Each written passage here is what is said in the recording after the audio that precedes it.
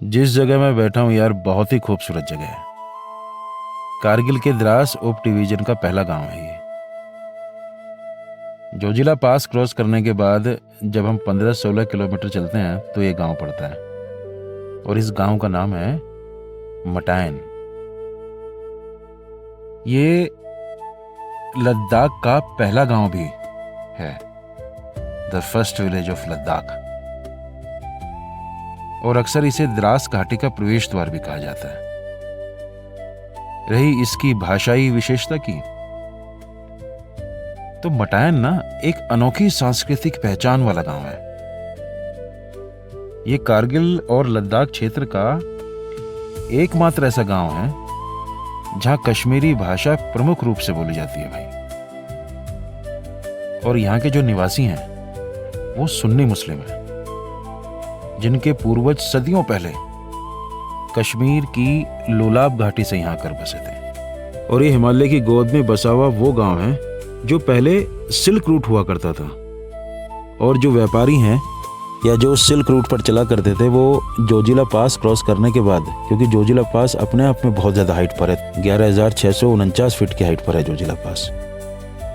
तो इतनी ऊंचाई चढ़ने के बाद जब इंसान को थकान होती थी तो फिर वो इस गांव में पड़ाव डाला करते थे और यहाँ पर रेस्ट किया करते थे। और ये मटायन जो है असल में ये द्रास में स्थित है, और द्रास जो है वो दुनिया का सबसे ठंडा आबादी वाला स्थान माना जाता है।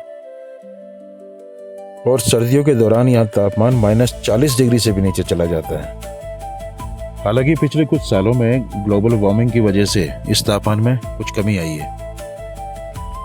मैं पिछले 3 दिन से मटायन में हूँ, और 3 दिन में मटायन में मैंने बहुत कुछ महसूस किया। अगर आप मटायन के क्षेत्र को ढंग से देखें तो बीच में बिल्कुल सपाट लैंड है, बिल्कुल सपाट धरती, और दोनों तरफ गगनचुंबी पहाड़।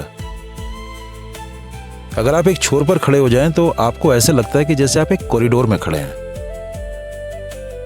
और उस कॉरिडोर का होने का सबूत देती हैं यहाँ चलती हुई तेज हवाएं। यहाँ पर हवाएं जो हैं वो बहुत तेज चलती हैं, और उन हवाओं ने असल में मुझे यकीन दिलाया कि ये बिल्कुल एक कॉरिडोर की तरह लगता है।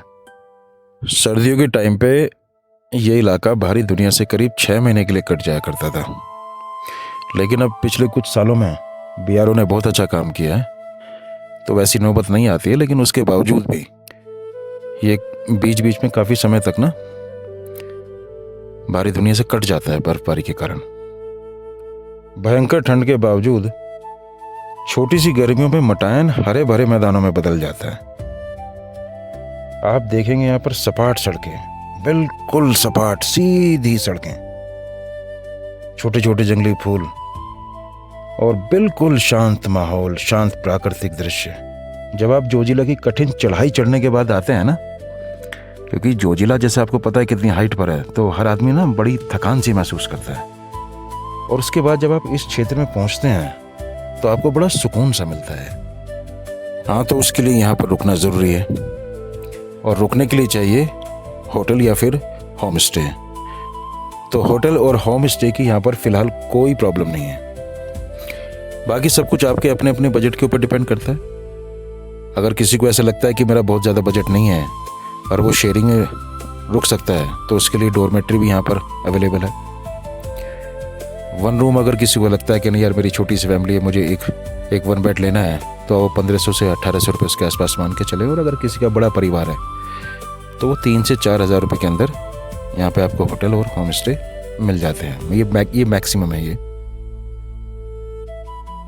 आज से करीब 15 दिन पहले बहुत ही अच्छा वेजिटेरियन रेस्टोरेंट खुला है। ये जम्मू वालों का है, डोगरा रेस्टोरेंट।